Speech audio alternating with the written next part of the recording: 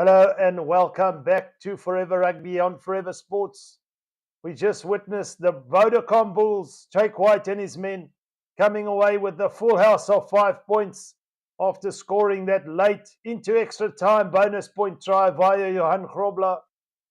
So it is a clean sweep for the South African teams in the URC this weekend.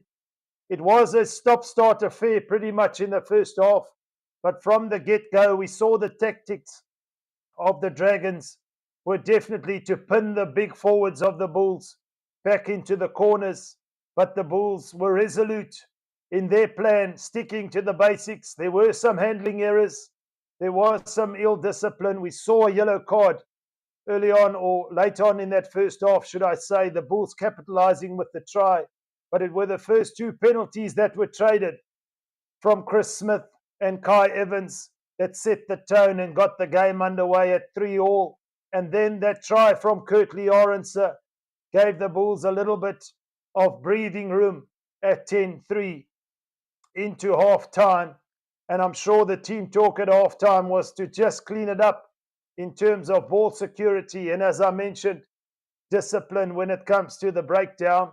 And the Bulls held their own, started the second half like a house on fire, with some wonderful enterprising play. Willie Leroux putting a cross kick in for Devin Williams with the soft hands. And it was Mpilo Gomede who got try number 2 and put the Bulls up by 17-3. The Dragons not really looking like they were threatening on attack. And then, of course, straight after that, the disallowed try, which we could talk about for a while, because it was Wilco Lowe, unfortunately, was not gifted the opportunity. The ball was passed forward in subsequent phases before that. So the Bulls stayed at 17-3 for a while. And then the replacements started coming on, the finishers, as they call them, the bomb squad.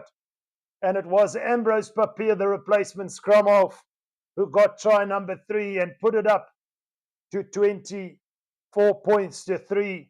Getting that third try. And then for the large part of the last 15 minutes, we kind of hoped the Bulls could kick on, or last 6-8 minutes, should I say, kick on and score that bonus point try, because they had the breathing room to do so. But it was the Dragons who got a consolation try of their own just before the 80-minute mark, which put them in double figures with a conversion. And you thought it was going to stay at 24 points to 10. But the Bulls had the final say. It was some ill discipline, a rather silly error from one of the Dragons players, subsequently the replacement hooker, who got a yellow card for his error, slapping the ball out of the hand of Ambrose Papier. And Chris Smith immediately was ordered to put that ball into that left-hand corner. And it was a driving maul that set up Johan Grobler to score the bonus point beyond the hooter. So it was the Bulls who walk away with a full house of points.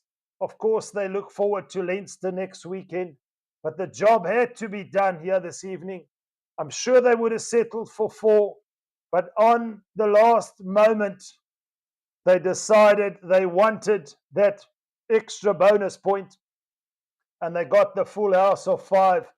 So a crucial bonus point puts the Bulls up to second on the log. So it will be 1 and 2 playing each other next weekend. The Bulls, of course, away to the table topping Leinster.